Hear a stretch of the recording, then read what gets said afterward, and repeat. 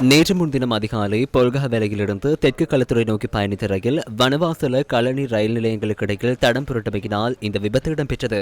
தடம் புரண்டதை அடுத்து அதன் பெட்டியொன்று ரயில் மார்க்கத்திலிருந்து விலகி கவிழ்ந்ததுடன் விபத்தினால் அருகில் நிறுத்தப்பட்டிருந்த மோட்டார் வாகனம் ஒன்றுக்கும் சேதம் ஏற்பட்டது.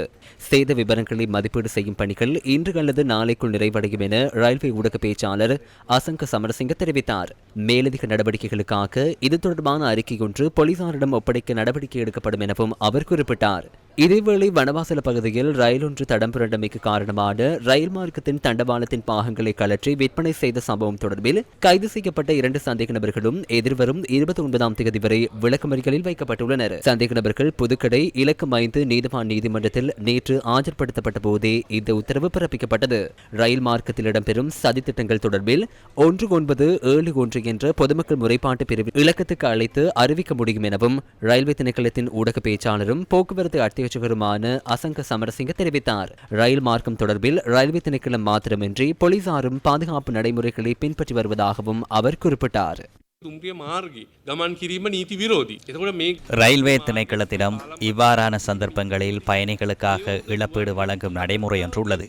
எங்களிடம் அமைச்சரவையில் அங்கீகரிக்கப்பட்ட இழப்பீடு வழங்கும் நடைமுறை ஒன்று உள்ளது. அந்த இழப்பீட்டு நடைமுறையின் கீழ் மரணம் அல்லது நிரந்தரமாக உடற்பாகங்களை இழக்க நேரிட்டால் 1,50,000 ரூபாவே வழங்கப்பட்டது. தற்போது அது 1 மில்லியன் ரூபாய் வரை அதிகரிக்கப்பட்டுள்ளது. அதேபோன்று வைத்தியசாலையில் அனுமதிக்கப்பட்டுள்ளவர்களுக்கு ஒரு வாரத்திற்கு ஒரு நாளைக்கு 2,000 ரூபாய் வீதமும் அதற்கு மேல் 5,000 ரூபாய் வரையும் வழங்கும் நடைமுறை எங்களிடம் உள்ளது. தற்போது வைத்தியசாலையில் அனுமதிக்கப்பட்டுள்ள பயணிகள் அங்கிருந்து வெளியேறிய பின்னர் அவர்களின் விவரங்களை பெற்று இழப்பீடு வழங்குவதற்கு தேவையான நடவடிக்கைகளை நாம் தற்போது தயார் செய்துள்ளோம்.